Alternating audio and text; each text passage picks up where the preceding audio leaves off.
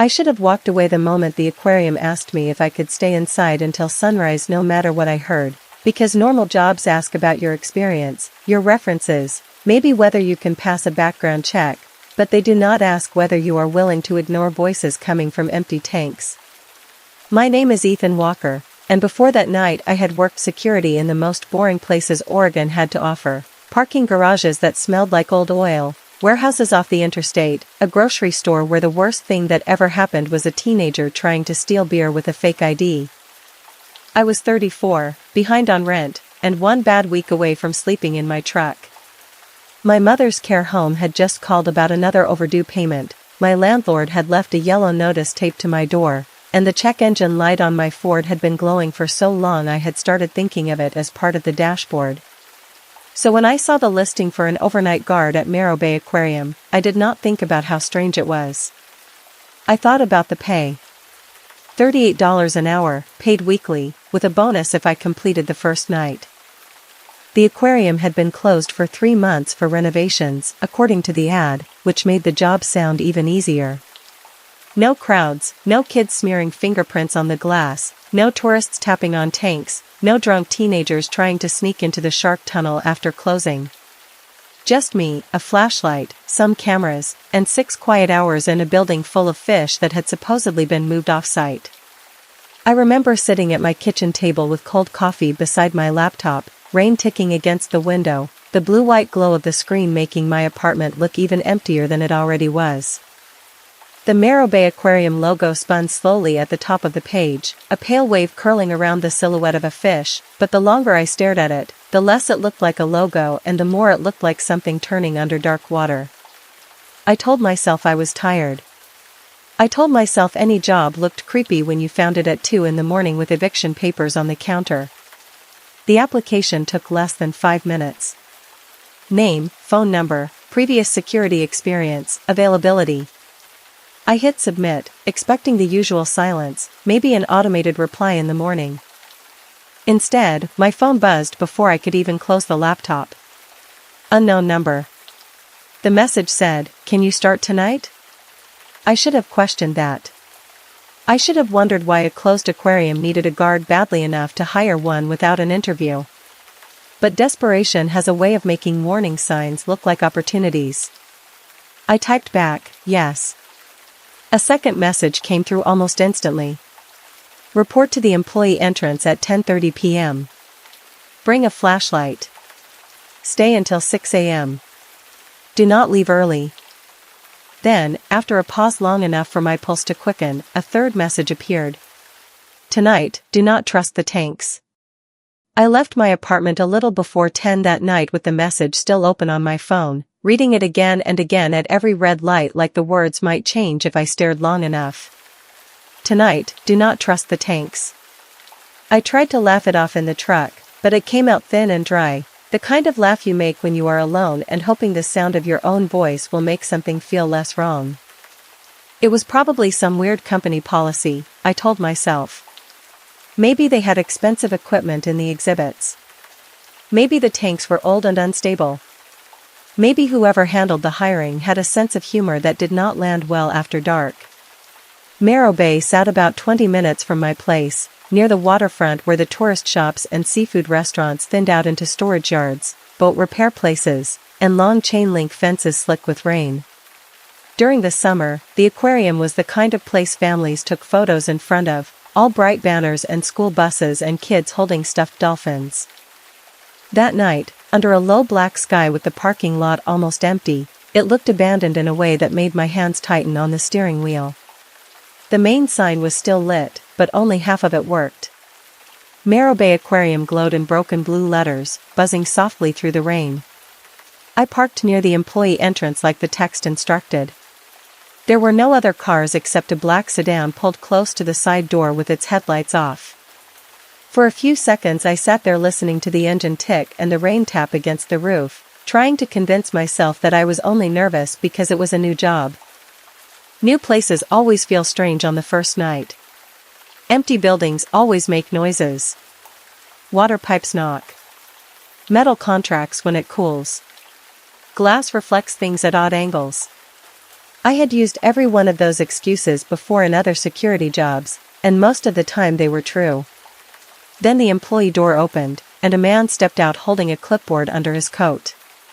He was tall and narrow, maybe mid-50s, with gray hair combed so neatly it looked untouched by the rain. He did not wave. He just stood beneath the little security light and watched me until I got out of the truck. "Mr. Walker," he said, as if he had known exactly what I looked like. I nodded and pulled my jacket tighter. "That is me. You must be Mr. Rusk." "Calvin Rusk, Facility Operations." His handshake was cold and quick. He looked past me toward the parking lot, then back to the door. "We should get inside. The weather makes the building temperamental." I did not know what that meant, but I followed him in. The first thing that hit me was the smell. Not bad, exactly. Saltwater, old carpet, cleaning chemicals, and that faint damp scent every aquarium has, like wet stone and pennies. The employee hallway was narrow, painted off-white, with laminated safety notices curling at the corners. Somewhere deep in the building, machinery hummed with a low, steady vibration I could feel under my boots. Rusk led me through without slowing down. He moved like a man trying to finish a chore he hated. "You will be stationed in the security office on the east side," he said. "Cameras are already labeled. You will perform a walkthrough every hour unless conditions make that unsafe." "Unsafe?" I asked.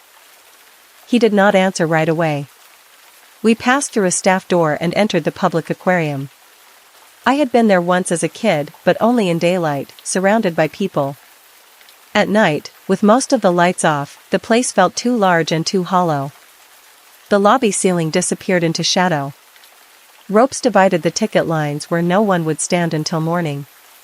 The gift shop gate was pulled down, and behind it rows of plush sea turtles watched us through the metal bars. Ahead, the first exhibit tank glowed a dull blue, lighting the floor in wavering patterns like we were already underwater. I glanced toward it without thinking. Rusk did not. He kept his eyes fixed straight ahead, jaw tight, clipboard tucked against his chest. That bothered me more than anything he had said. "It is normal for the tanks to make noise," he continued. "Filtration systems, pressure adjustments, old plumbing. Do not call me for ordinary sounds."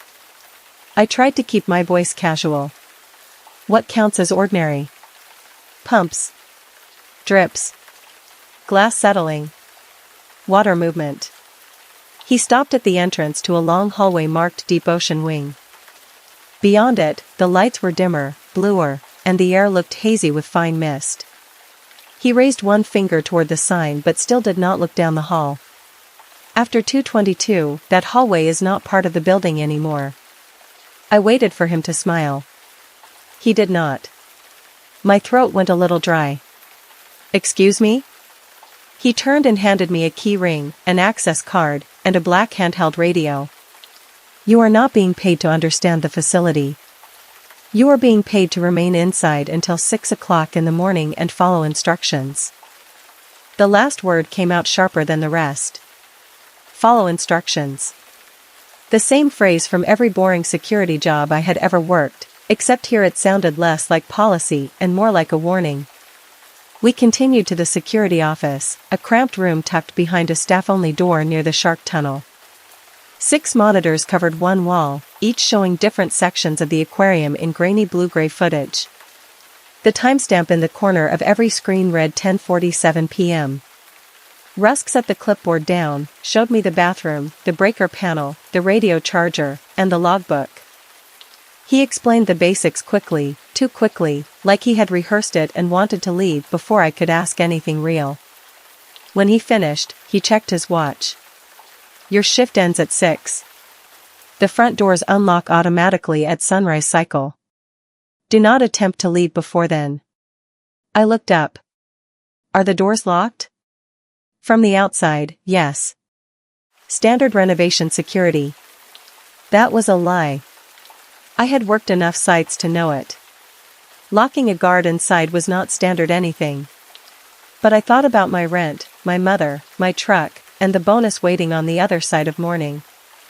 So I nodded like an idiot. Rusk walked to the door, then paused with his hand on the frame. For the first time, his eyes shifted toward one of the monitors. Camera 8 showed a dark tank at the end of the deep ocean wing, its glass reflecting nothing at all. His face tightened.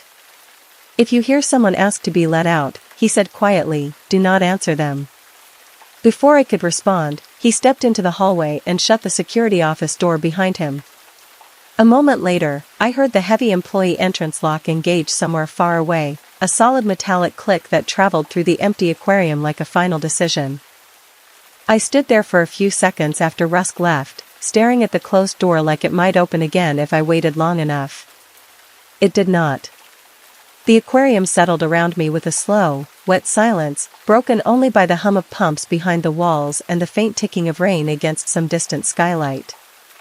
I told myself I had been locked inside plenty of buildings before. Warehouses, office towers, construction sites.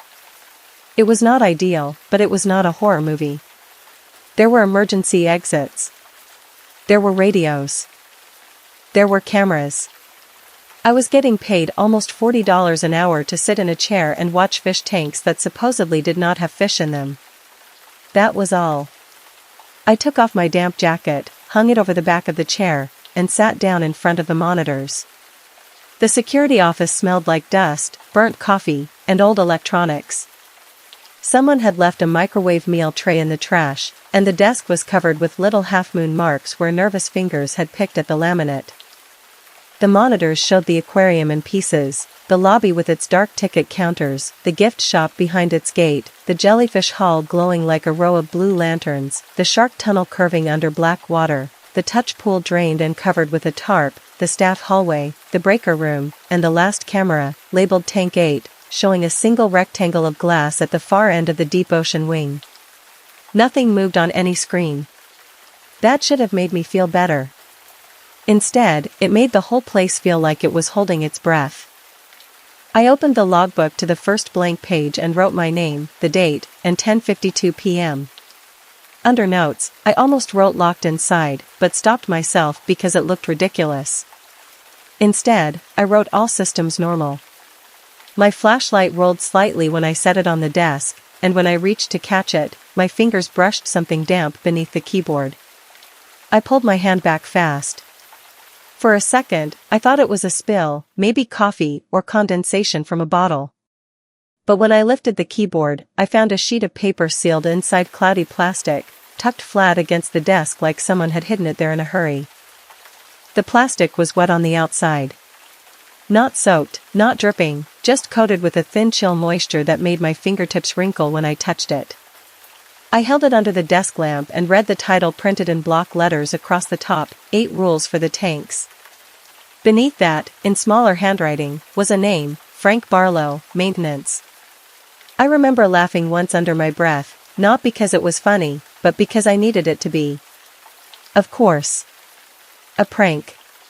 Some bored maintenance guy had left a creepy little note for the new overnight guard. Every job had its version of this. At the warehouse, they told me a forklift drove itself after midnight.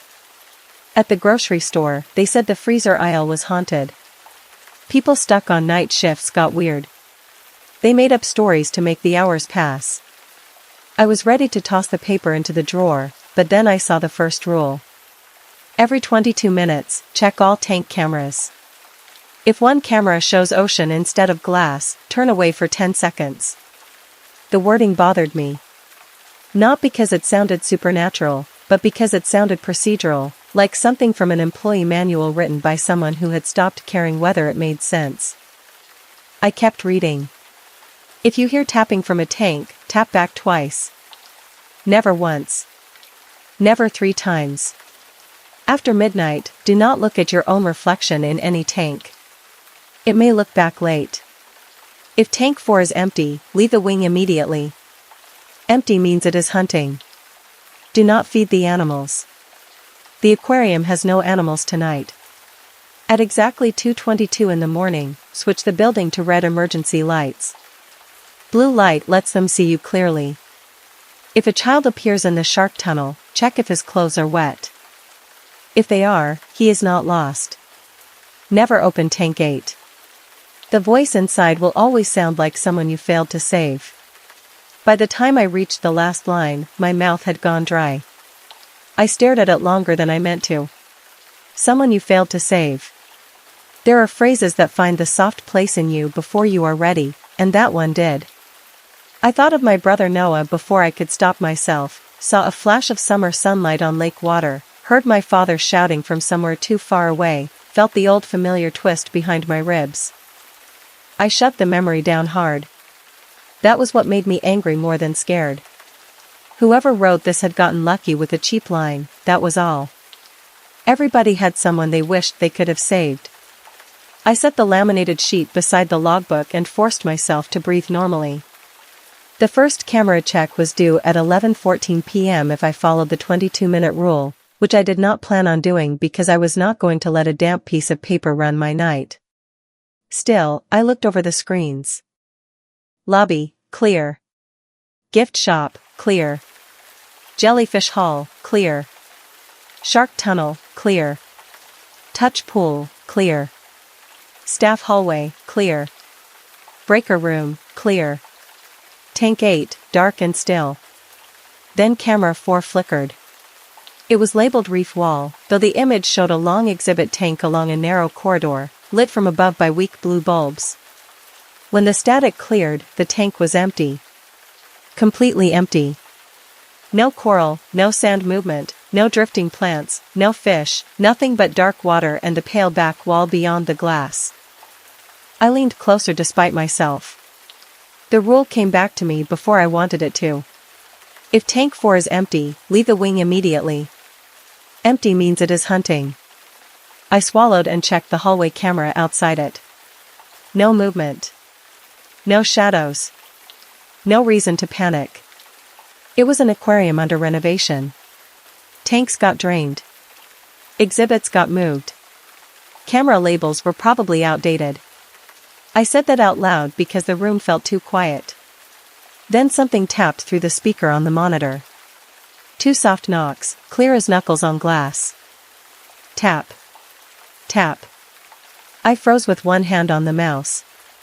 The sound came again, not from the room, not from the walls, but from the tiny security speaker beneath camera 4. Tap. Tap. I turned the volume knob down until it clicked off, and for 1 second I felt stupidly relieved. Then, from somewhere far beyond the security office door, deep inside the aquarium itself, the tapping answered in the dark. I sat there with my hand still on the dead volume knob, listening to the tapping travel through the aquarium like it had found the pipes, the walls, the floor beneath my boots. Tap. Tap. Not loud. That was the worst part. It was patient, almost polite, the kind of sound someone makes when they know you are home and they are willing to wait. I told myself it was pressure in the glass. I told myself old buildings groan at night, especially ones full of water and machines. I told myself I had heard the sound from the speaker first, and my brain had simply placed it out in the hallway because I was tired and already spooked by a stupid list of rules. But my body did not believe any of that. My shoulders had locked up. My tongue felt too big for my mouth. The skin along the back of my neck prickled like cold fingers had brushed it. I picked up the radio and pressed the call button. Mr. Rusk, this is Ethan in security. There is a tapping noise coming from the exhibit area. The radio hissed. No answer. I tried again. Mr. Rusk, do you copy? Nothing but static, and underneath it, so faint I almost missed it, 2 tiny knocks answered through the radio speaker. Tap. Tap. I dropped it on the desk harder than I meant to. The sound stopped. For maybe 10 seconds, the whole aquarium went quiet except for the steady hum of filtration pumps. That should have been comforting, but the silence felt watched. I looked back at the monitor for camera 4. The reef wall tank was still empty. The water inside looked darker than the other tanks, almost black, and the glass reflected the hallway lights in long blue stripes. I knew the rule said to leave the wing immediately if tank 4 was empty, but I was not in the wing. I was in the security office. Safe, dry, behind a locked staff door. I tried to convince myself that counted. Then the image on camera 4 flickered, and for a fraction of a second, something pale pressed against the inside of the glass. I leaned forward before I could stop myself. The static cleared. Nothing was there. Just empty water. I laughed under my breath again, but it sounded worse than before. "All right," I said to no one. "I will check it." The moment I stood, the chair wheels squeaked too loudly against the floor, and I hated how much the sound made me flinch. I grabbed the flashlight, slipped the laminated rules into my jacket pocket, and opened the security office door. The hallway outside was colder than it had been earlier. Not just air conditioning cold. Basement cold. Lake water cold. The kind of cold that finds your wrists and the spaces behind your ears. I walked toward the reef wall with the flashlight beam pointed at the floor, because I did not want to see my reflection in every dark sheet of glass I passed. It was not midnight yet, I reminded myself. Rule 3 did not apply yet. Still, the thought of my own face looking back at me from the tanks made my stomach tighten. The public corridor opened around me, wide and dim, with blue exhibit lights glowing in uneven patches. The gift shop gate clicked softly as the air moved through it. Somewhere overhead, a drop of water fell and hit tile with a sound like a fingernail. I passed the jellyfish hall without looking directly at the glass. I could see them at the edge of my vision, pale shapes hanging in the water, drifting slowly in a tank that was supposed to be empty of animals tonight. I stopped walking. My flashlight beam trembled. There should not have been anything alive in there. Maybe they were plastic decorations. Maybe some exhibits had not been moved yet. Maybe Rusk had lied about the animals being gone because he did not want me feeding them. That explanation almost worked until one of the jellyfish pulsed toward the glass and stayed there, pressed against it like it was listening. I kept moving. The reef wall corridor was narrower than the main hall, and the air smelled stronger there, sharp with salt and metal. Tank 4 stretched along the left side, a long wall of black water behind thick glass. Up close, it did not look empty. It looked deep. Too deep for an indoor exhibit. My flashlight should have bounced off the back wall like it did on the camera, but the beam disappeared after a few feet as if the tank opened into something much larger than the building could hold. I stood there, breathing through my mouth, trying to decide what a sane person would do. Then the tapping came again, directly in front of me. Tap. Tap. 2 knocks, gentle and clear, from inside the tank. My right hand lifted before I had fully decided to move. I remembered Rule 2. If you hear tapping from a tank, tap back twice. Never once. Never 3 times. The words were in my head, but so was every stubborn, embarrassed part of me that refused to believe a laminated joke could control what happened next. I wanted proof it was nothing. I wanted to make the fear ridiculous. So I reached out and tapped the glass once with my knuckle. Just once. The sound was small, swallowed almost instantly by the water. For 1 heartbeat, nothing happened. Then the inside of the glass fogged over, not from my side, but from within the tank, a spreading white cloud of condensation blooming across the black surface. My breath caught. Lines appeared in the fog, slow and deliberate, drawn by something I could not see. First a vertical stroke. Then a curve. Then another. My knees felt weak before the word was even finished. Wrong. I stumbled backward, nearly slipping on the tile. The flashlight beam jumped across the glass, and for the first time I saw the shape behind it, not a full body, not a face, just the suggestion of a small hand pressed flat from the other side, fingers too pale, too still, as if waiting for me to understand. I backed away until my shoulder hit the opposite wall. My heart was pounding so hard I could hear it over the pumps. I whispered, "No, no, no," because that was all my brain could make. Then I saw my reflection in the tank. It stood close to the glass, where I had been a moment earlier. But I was 10 feet away. My reflection did not move when I moved.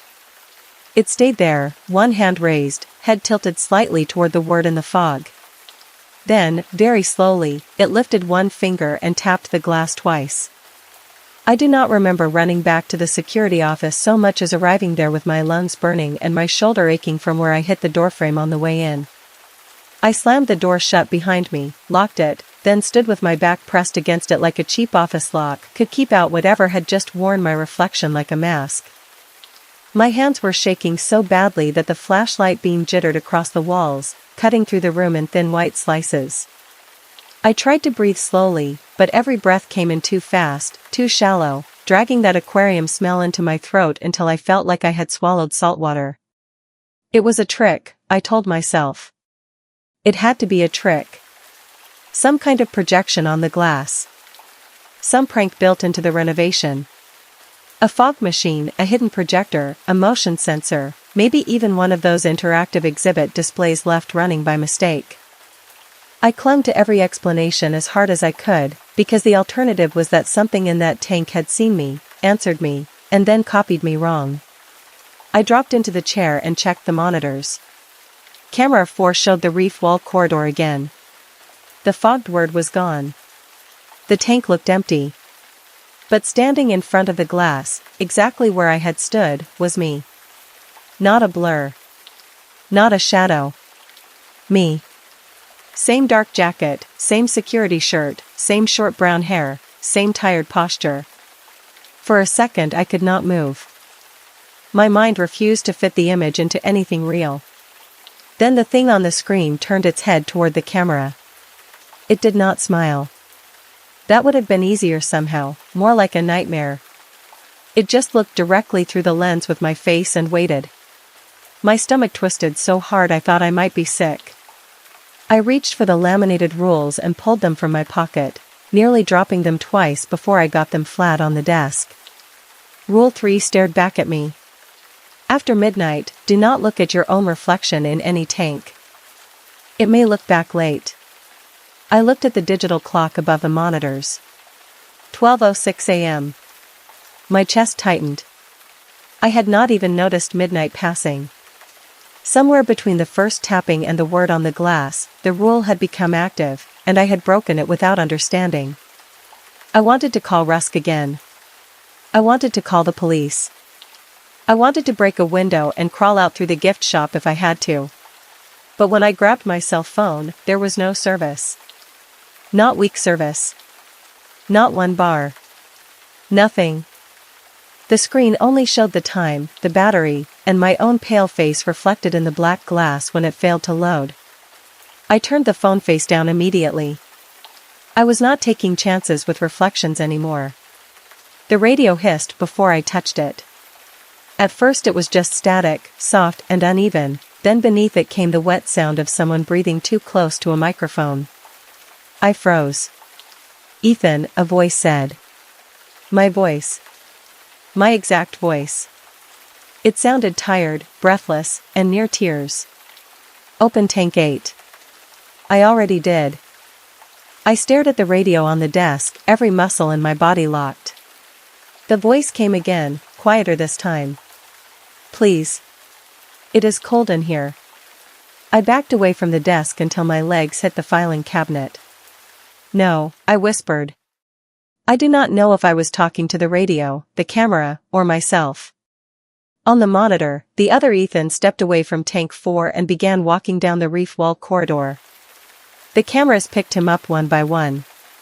He moved toward the jellyfish hall with a calmness that made my skin crawl.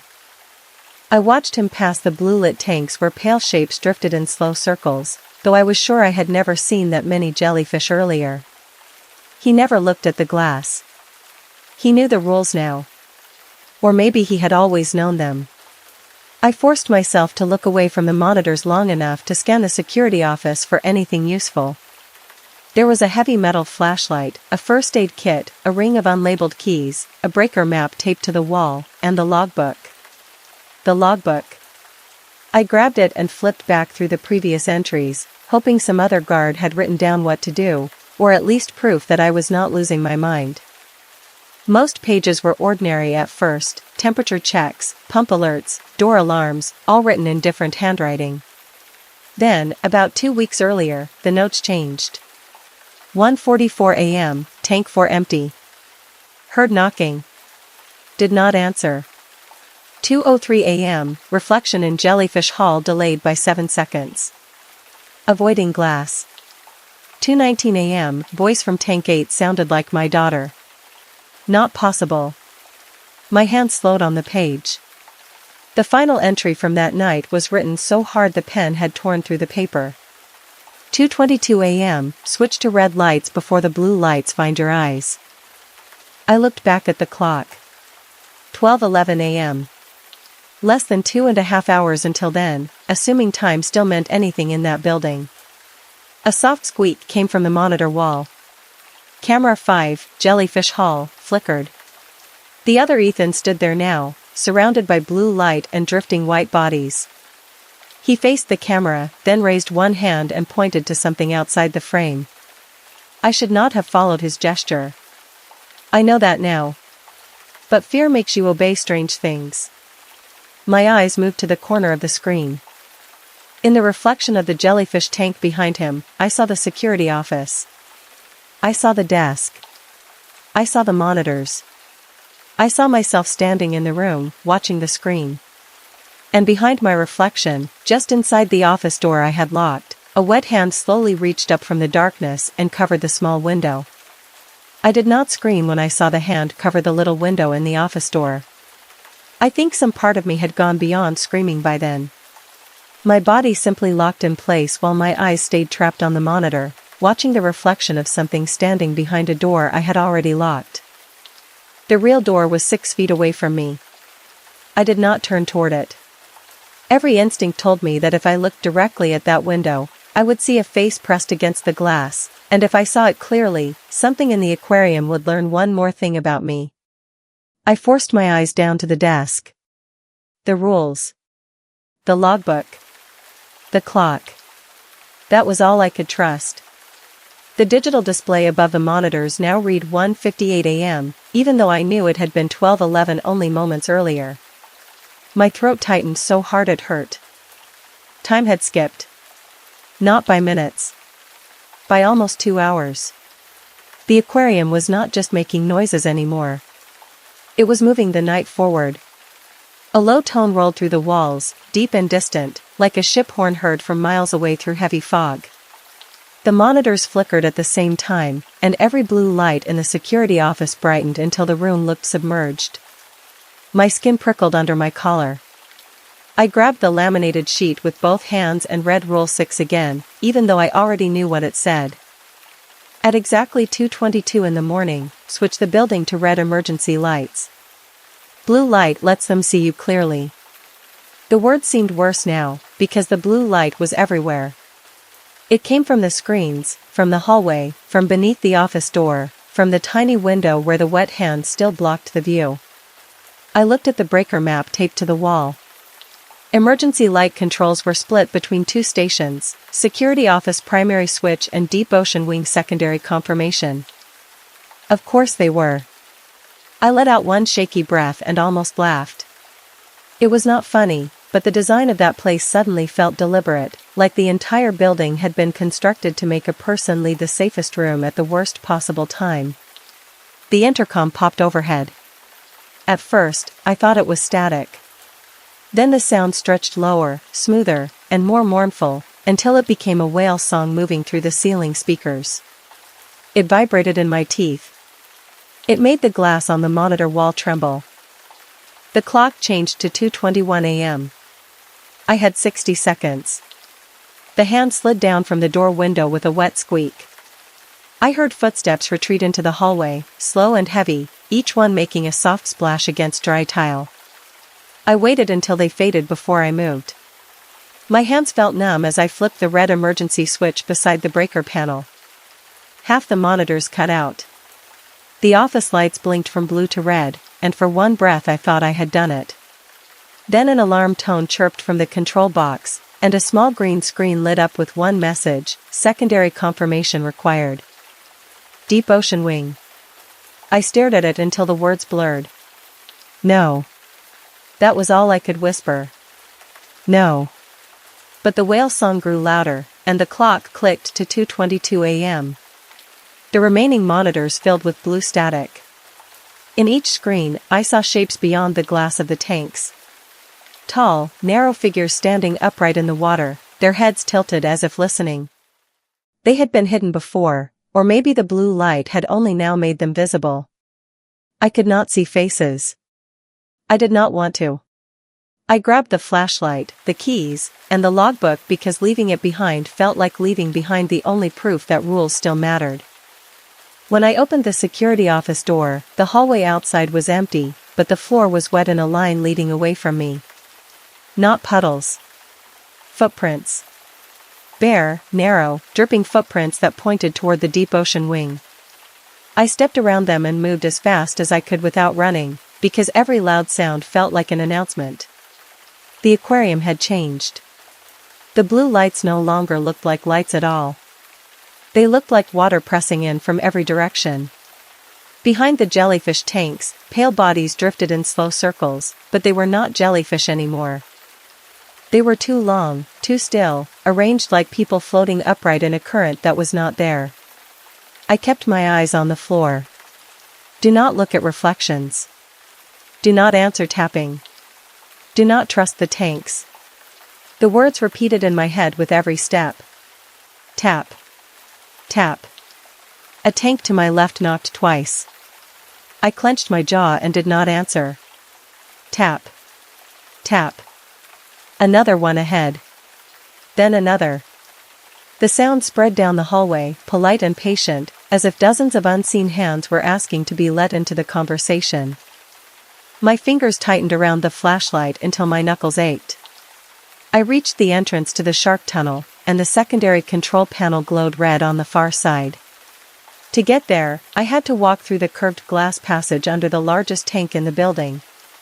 The water above was black except for the blue emergency glow, and something huge moved beyond it without making a ripple. I took one step inside, then stopped. Halfway down the tunnel stood a child with his back to me. He was small, maybe 8 years old, wearing a soaked t-shirt and shorts that clung to him like he had climbed out of a lake. Water ran from his sleeves and hair, tapping softly onto the floor, but there was no puddle beneath his feet. My chest went cold before he even spoke. The boy turned his head just enough for me to see the side of his face in the blue light, and then he said my name in a voice I had not heard since I was 12 years old. Ethan. For 1 second, the whole aquarium disappeared, and I was 12 years old again on the dock at Willow Lake, standing frozen while my little brother Noah thrashed in water that had looked shallow from shore. I had spent 22 years telling myself I was a kid, that I had panicked, that adults had been nearby, that nobody could have expected me to know what to do. Most days, I almost believed it. But guilt does not die cleanly. It waits for quiet rooms, old photographs, certain smells in summer, and apparently for a closed aquarium at 2:22 in the morning. The boy in the shark tunnel turned a little more, and I saw enough of his face to wish I had not. It was not melted or monstrous. It was worse than that. It was unfinished, like someone had tried to remember Noah from a wet photograph and gotten the details almost right. Same small shoulders. Same dark hair plastered to his forehead. Same voice. But the space where his eyes should have caught the light was too flat, too dark, like deep water under a dock. Ethan, he said again. You left me. My fingers went numb around the flashlight. I wanted to answer. God help me, I wanted to say his name. I wanted to say I was sorry, that I had been sorry every single day since it happened, that I would have traded places with him if I could have. The words rose into my throat so fast they almost escaped. Then the rules snapped back into my head. If a child appears in the shark tunnel, check if his clothes are wet. If they are, he is not lost. His shirt clung to him. Water dripped from his sleeves. His sneakers made soft squeaking sounds against the tile, but there was still no puddle beneath him. He was not lost. He was bait. I bit the inside of my cheek hard enough to keep my mouth shut and forced myself to take one step forward. The secondary panel was beyond him. The red light was blinking on it like a pulse. I had to reach it. The blue glow in the tunnel seemed brighter now, and above the curved glass, large shapes drifted through the tank overhead. I did not look up. I could feel them there, circling slowly, not swimming like fish but hanging in the water as if the water was holding them in place. Noah, or the thing wearing the idea of Noah, turned fully toward me. "I am cold," he whispered. "They put me in tank 8. My chest tightened so violently I almost dropped the flashlight. Tank 8. Rule 8. Never open tank 8. The voice inside will always sound like someone you failed to save. It knew. It had dug into the one memory I had never learned how to touch without bleeding inside. It knew the lake, the dock, the sound of my mother crying into a towel while paramedics moved around us, the way my father stopped looking at me for almost a year. It knew all of it, and it was using Noah's voice like a key. I stepped closer, keeping my eyes on the control panel over his shoulder. The boy tilted his head. "You can save me this time." My knees weakened. For a moment, I saw it so clearly that it almost broke me, a door opening, a small hand reaching out, my brother coughing, shivering, alive in some impossible way. That was how it got people. Not with claws. Not with teeth. With the shape of the one thing they would reopen the world to fix. I clenched my jaw, moved around him, and whispered nothing. His expression changed. Not anger. Curiosity. Like I had done something unexpected. As I passed, his wet fingers brushed the sleeve of my jacket. Cold shot through my arm so sharply that my vision spotted white. The whale song swelled overhead, vibrating through the tunnel glass. The blue lights flickered. I stumbled the last few steps to the panel and slapped my palm against the confirmation switch. For one breath, nothing happened.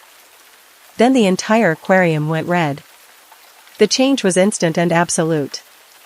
The blue glow vanished from the tanks, and the things beyond the glass disappeared with it, as if someone had thrown a sheet over them. The tunnel became a narrow red corridor, pulsing with emergency light. I turned, breathing hard, expecting the child to be right behind me.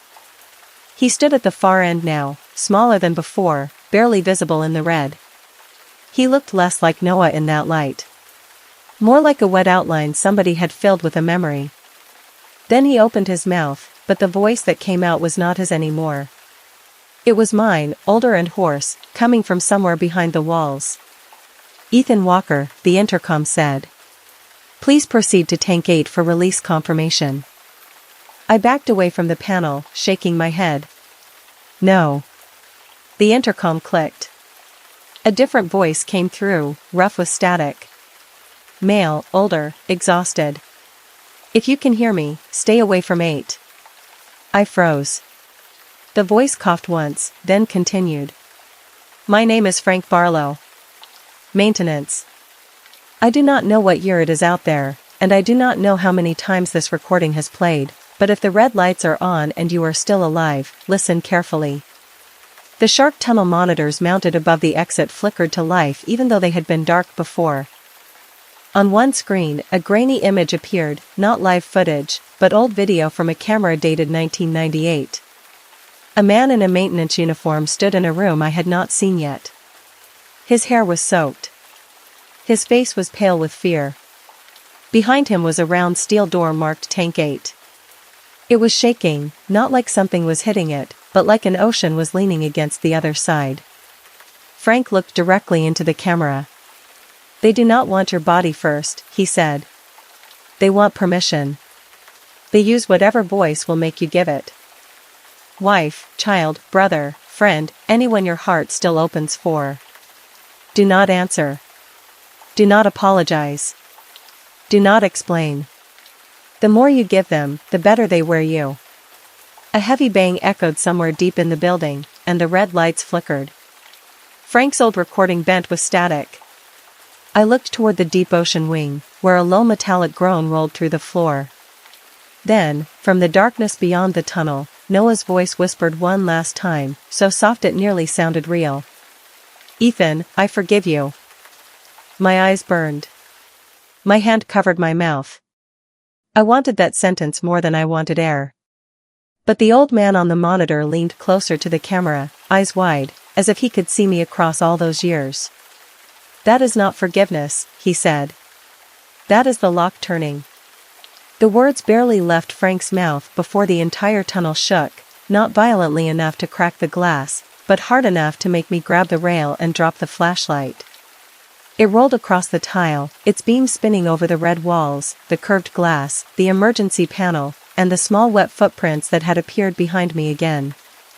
My breath caught. The child was gone, but the footprints remained, leading away from the shark tunnel toward the deep ocean wing. Each print glistened for a second before drying into nothing. The monitor above the exit flickered, and Frank's old recording distorted into bands of static. Then the image changed. I saw the room with the steel door again, but this time it was not 1998. The timestamp read 2:31 a.m. Live. A control screen beside Tank 8 glowed with one line in green letters, "One human confirmation required." My name appeared underneath it. Ethan Walker. Authorized. My stomach dropped so hard I had to lean against the wall. I had never been near that door. I had never entered a code, never scanned my card, never given permission. Then I remembered the other version of me walking calmly through the cameras, learning the rules, pointing toward reflections, speaking through the radio. The aquarium did not need me to open the door if it could make something that looked enough like me. It just needed the system to believe I had agreed. Frank's voice returned through the speaker, warped but still understandable. "Tank 8 is not an exhibit. It is a pressure lock." The building was constructed over an old marine research station, but they did not find a species down there. They found a place. A place that presses back when we look into it. The video jumped. Frank stood closer to the camera now, his wet hands raised as if trying to keep himself calm. "Everyone thinks the tanks hold water," he said. "They do not. Not after 222. They hold distance. They hold the line between here and whatever waits beneath it. The red lights keep that line closed because they cannot see shape clearly in red. Blue light gives them edges. Reflections give them practice. Voices give them permission." A slow metallic groan rolled through the floor from somewhere ahead, followed by a sound like thousands of gallons of water shifting behind a wall that should not have held that much pressure. I picked up the flashlight with numb fingers and forced myself toward the deep ocean wing. I did not want to go. Every part of me wanted to run to the nearest exit and throw myself against it until morning or madness, whichever came first. But the control screen had my name on it, and if that door opened because something had learned how to wear me, then leaving the room alone felt worse than dying inside it. The red light strobed along the hallway. Tank 4 was on my left when I passed it, and I kept my eyes locked on the floor. The glass knocked once. Just once. My fingers tightened. Never once. Never 3 times. It wanted me to correct it. It wanted me to join the rhythm. I did not answer. The next tank whispered through the filtration grate in my mother's voice. "Ethan, honey, please help your brother." I almost stumbled. It had never used her before. Her voice was older than I remembered, tired and pleading, the way she had sounded during the worst years after Noah died. I pressed my lips together so hard my jaw ached and kept walking. The jellyfish hall ahead glowed dark red now, and the pale things inside looked less like animals than shadows folded into soft bell shapes. One drifted close to the glass. In its reflection, I saw myself, but the reflected Ethan was not running or trembling. He stood at the far end of the hall, dry and calm, holding his access card beside his face like a promise. The real card was in my pocket. I did not look again. I reached the maintenance corridor outside Tank 8 at 2:36 a.m. The air there was colder and heavier, pressing against my ears like I was diving too deep. The steel door at the end of the hall was round, industrial, with bolts around the frame and a small reinforced window in the center. No water showed through the window. Only darkness. Beside it, the control panel blinked green. "One human confirmation required." Below that, my name pulsed slowly. A hand scanner waited beneath the screen. For a terrible second, I understood how simple it would be. Put my palm down. Let the door open. Hear Noah. Hear forgiveness. Hear the end of the guilt I had carried since childhood. Then something tapped from the other side of Tank 8. Not 2 knocks. Not 3. 1. I backed away. The speaker above the door clicked on, and my brother's voice came through small and shaking. Ethan, I am not asking you to save me anymore. I am asking you not to leave me alone with them. My vision blurred. I grabbed the laminated rules from my pocket and turned it over, desperate for anything I had missed. On the back, beneath the plastic seam, I noticed a line written so faintly I had not seen it before. If confirmation begins, break the false witness before touching the lock. I did not know what that meant until I looked at the control panel again and saw the security monitor mounted above it. On the screen, the other Ethan stood in the same hallway, hand raised over the scanner, smiling with my mouth. False witness. My reflection. My copy. The system believed there were 2 of me, and one of us was willing.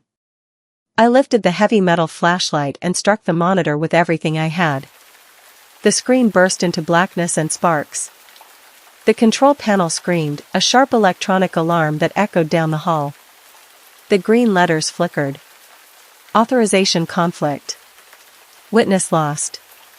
Reconfirm identity. The steel door shuddered. From behind it came a sound that was not a roar or a scream, but a vast underwater exhale, disappointed and endless. Every tank in the building answered at once. Tapping filled the aquarium from all directions, hundreds of patient knocks on glass, pipes, walls, and doors. Tap. Tap.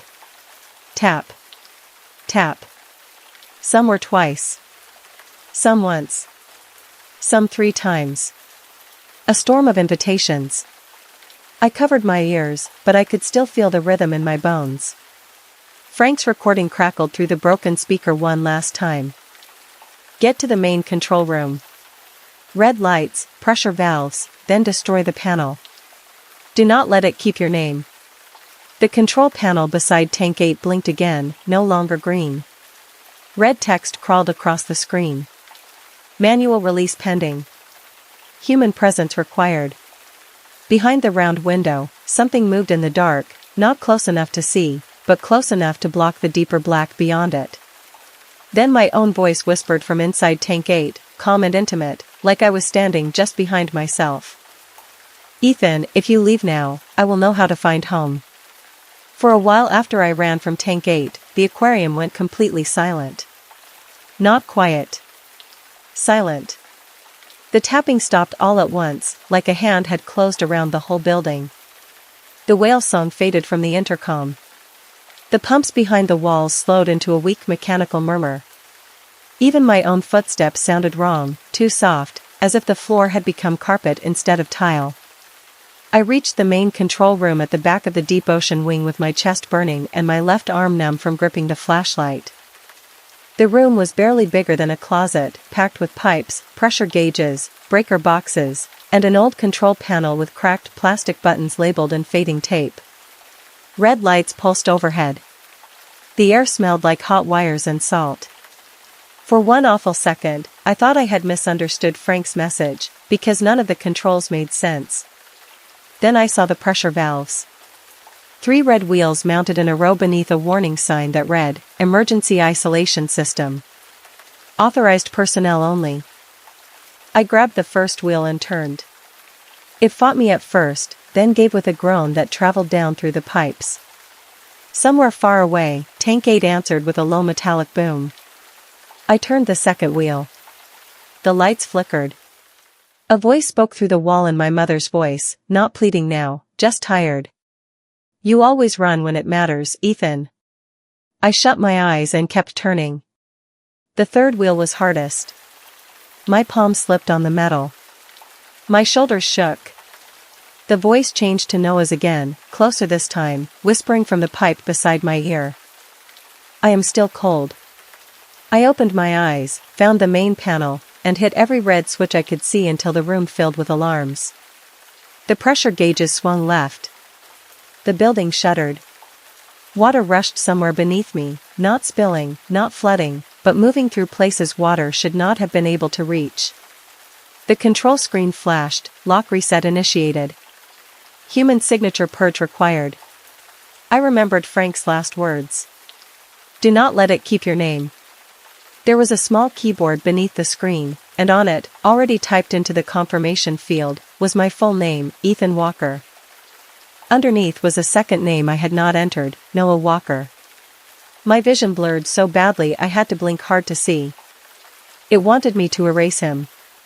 That was the last trick. It wanted to make the rule feel cruel. It wanted me to believe that surviving meant abandoning my brother all over again. My fingers hovered over the keys. Then I noticed the line at the bottom of the screen, voice template linked to memory source. Remove source to deny access. Not soul. Not ghost. Not Noah. Memory source. It had never had my brother. It had only had the shape of my guilt. I deleted Noah's name first. The speakers cracked with a sharp burst of static, and every voice in the building cut out at once. Then I deleted mine. The control panel flashed red, then black. For a moment, nothing happened. Then the glass throughout the aquarium began to hum, a deep trembling sound that rose and rose until I thought every tank in the building would burst. I grabbed the fire extinguisher from the wall and swung it into the panel. Once. Twice. The third hit killed the screen completely. The red emergency light steadied. The pressure in the air vanished so suddenly my ears popped. I fell back against the wall, gasping, waiting for the next voice, the next knock, the next impossible thing to ask me to let it in. Nothing came. By the time I made it back to the security office, the clock above the monitors read 5:41 a.m. The cameras were dark except for one showing the empty lobby in grainy red light. I sat in the chair and did not move for almost 20 minutes. At 6 a.m., the front entrance unlocked with a clean, ordinary click. The sound should have relieved me. Instead, it made my stomach turn, because Rusk had told me the doors opened at sunrise cycle, and outside the lobby windows, the sky was still black. I checked my phone. 3:22 a.m. The office clock said 6 o'clock. The monitor said 2:22. Every device in the building disagreed, as if the aquarium had let me leave without letting the night end. I took the laminated rules from my jacket to make sure I still had them, and my hands went cold. There was a 9th rule printed beneath the others. The ink was dark, fresh, and slightly wet. If you survived until morning, do not look back at the building after you exit. The tanks remember the shape of anyone who checks to see if they are followed. I almost laughed, because after everything, that sounded easy. Do not look back. Walk out. Get in the truck. Drive. Live. I crossed the lobby with my eyes on the floor. The gift shop gate was still down. The ticket counters were empty. Behind me, somewhere deep in the aquarium, one tank tapped twice. I did not answer. The employee exit opened when I pushed the crash bar. Cold rain blew into my face, and I stepped outside into the parking lot, sucking in real air like I had been underwater for hours. My truck sat under the security light where I had left it. Beyond the fence, the bay was dark and flat. I walked toward the truck without turning around, repeating the 9th rule in my head. Do not look back. Do not look back. Do not look back. Then the driver's side window of my truck fogged from the inside. I stopped. My keys were still in my hand. The truck was locked. Slowly, letters appeared in the fogged glass, written from the inside by a finger I could not see. Twice, Ethan. My hand tightened around the keys until the metal dug into my palm. I still did not look back at the aquarium. I got into the truck from the passenger side, climbed over the seat, started the engine, and drove until the aquarium disappeared from every mirror. Only then did I breathe. I thought I had survived. I thought the rules had saved me. 3 days later, a small fish tank appeared on my kitchen table. I did not own a fish tank. It was empty. No water. No gravel. No fish. Just clean glass, fogged from the inside, with one final sentence written across it in slow dripping letters. The last rule was never to protect you from us. It was to stop us from learning the way out.